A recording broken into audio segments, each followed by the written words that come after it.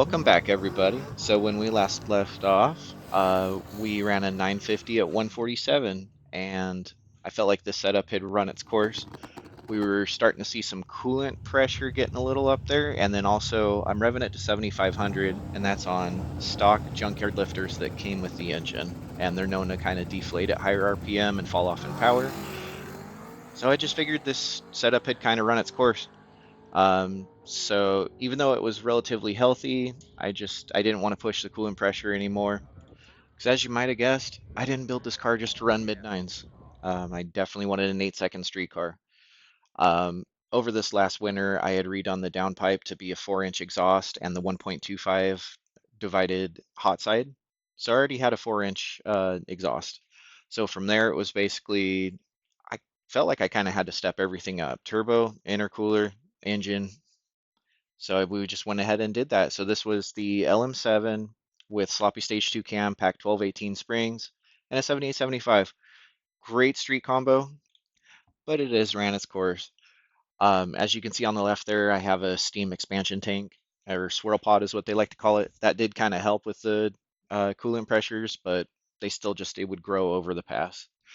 So there's what we went with. It's a S475 from VS Racing. It's the T6 and 1.32 hot side, and it's the bigger turbine. It's the 102. So I had watched some people get over 1,000 wheel, even 1,100 wheel, at about like 26 psi. So that's what we were looking at there. Ignore my kid's RBF. He did actually have a good time on this trip, I promise you. We found an L33 running from the junkyard. My plan was to just get a runner and do kind of the upgrades on it, but not get into the bottom end. Um, this thing ended up being a lot more fresh than I thought it was going to be. I thought I was just going to get a junkyard runner. The outside looked that way, but as I got to digging into it, I realized it was actually a remanufactured engine from Jasper's, and uh, ring gap ring gap did not allow us to run it as is, which is fine. The only thing I didn't like is that it was bored over plus 10. So I was hoping to just get a standard bore that would last us a long while with whatever shenanigans we were going to get into. But all in all, this engine was very, very clean. I also wanted to treat myself with some 799 243 heads with the bigger intake valve instead of just 862s like I've been on. And I also wanted to keep the LM7 as a good spare.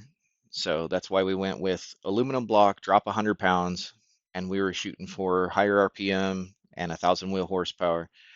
So as you can see there, ring gap was not it. It actually measured out 7 thousandths in every single one of the top rings. The second was decent. It was about 20. But yeah, 7 thou on the top. So I'm glad that we dug into this thing. I'm glad I just went ahead and checked. As soon as I saw the Jasper Racing, I said, okay, somebody's been in here. It's overbore. Let's check out a ring gap. I went ahead and decked out the deck surface as well with a technique with 180 grit sandpaper.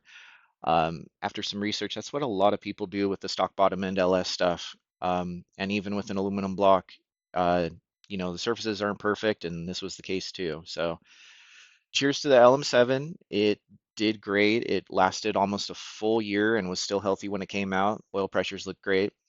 That's a $200 Rev 9 intercooler that had done its job too. But we were gone to bigger and better things. So we kept what was good in this combo. The radiator was great. The thing ran nice and cool. Intake manifold was working great and carrying power up high.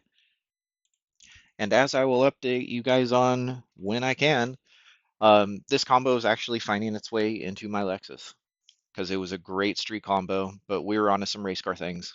So there's our 6 inch wide intercooler, also from VS Racing, because I was seeing about 150, 160 AITs with the last combo. And there it is mocked up with the old engine just to see how it fits in there. And that size difference was pretty extraordinary. I was not ready for how huge this turbo was going to be. So there it is next to the 7875. Um, this turbo, the 7875 started off as a $280 turbo.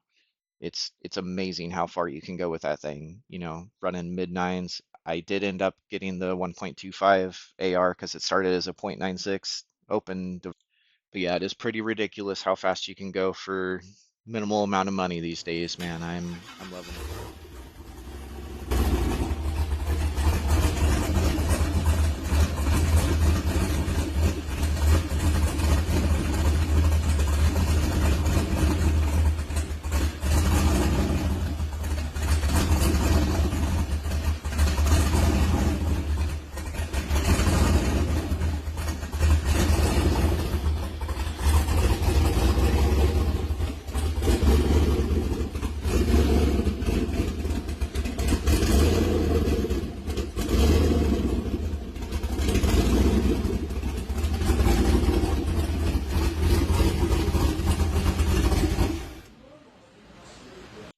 As you can hear, new setup sounds mean. A lot more cam this time. We did the BTR Stage 2 twin turbo cam.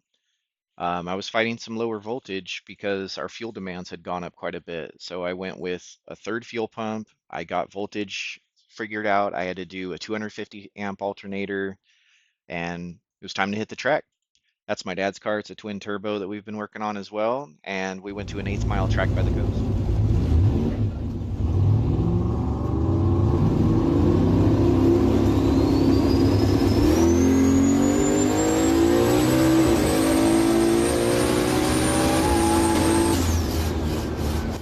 My goals that weekend were to get into the fives and a 120 trap.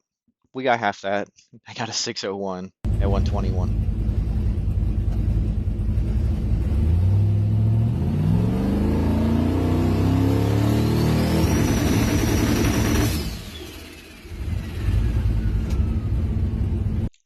We had one last event in the season. It was November, so it was do or die time. I wanted to get into the eights and the quarter.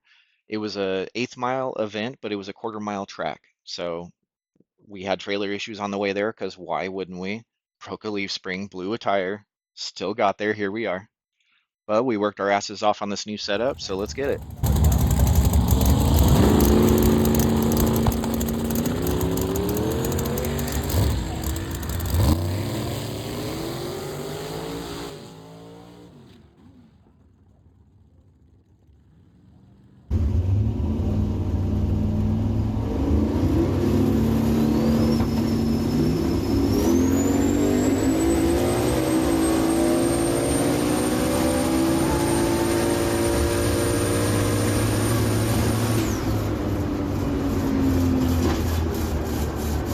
Now, as said, this was an 8th mile event, and they were prepping to the 8th mile, but it was a quarter-mile track, which is usually pretty grippy. So I wanted my 8th mile pass, even if it was just shown on the draggy. So we got three-step working because, as you saw on the coast 8th mile track, I was not 60 footing too well. I did a 146 was my best, but it was never traction limited. It's just harder to build boost on this new setup. So we got three-step all working and map-based launch targets. We were leaving on 10 to 11 psi. Um, One thing I was still working out was wheelies and traction control trying to play nice with each other. Now, if you look at the yellow, that's the front tires. So we had a good little wheelie coming out, and then I had it where it would engage traction control starting at 20 miles an hour with the front tires. So my initial wheelie, no traction control getting involved, which is great. It carried out to 23 miles an hour.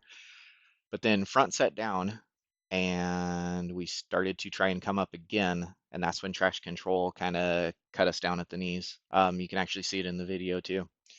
So we had a little bobble there. It was a 1.37 60 foot. Could have been a lot better if we didn't have traction control bringing us in though. So we had a couple bounces up front and killed some of our 60 foot. But nonetheless, we still rode out great. I was asking for boost pretty much right out of the gate. Um, this setup I had rev limiter set at about 8,200. It's the BTR Ultimate RPM springs, so they're definitely up to the task. And we went ahead and ran the 2.3 out to about 8K, and yeah, she rolled out pretty good. Now here's where it started to get a little hairy. As said, prepped for 8th mile, so I knew after the 8th mile it might get a little sketchy. So green is retired. You can see it got a little antsy, but we wrote it out. Traction control blipped us. I was all about having traction control working here because I wanted to keep the thing safe. Um, so it it rode out a little bit, but nonetheless, we got our 8 second pass there. It was 891 at 156, 155, and that was how we ended the year. And honestly, I couldn't ask for any more. It was everything I wanted. I got a 576 in the eighth at 125. Feeling good. Best part about it is this was in eliminations too. Um, I had one test session and it hit a safety cutoff right at launch, just with AFR target being like zero point 0.5 off. I have it set really conservative. So I dialed a 6.0. And then once I saw the other guy red lit, went ahead and ran it out, broke out by a ton and still took the win light. I was just trying to go fast though. It's the Ricky Bobby thing. So I don't try and bracket this car. It's not consistent enough. But that was the end of our 24 season. Obviously, it is currently 2025. I'm going to do some more video editing and get you guys caught up. We did go even faster. Tune in next time.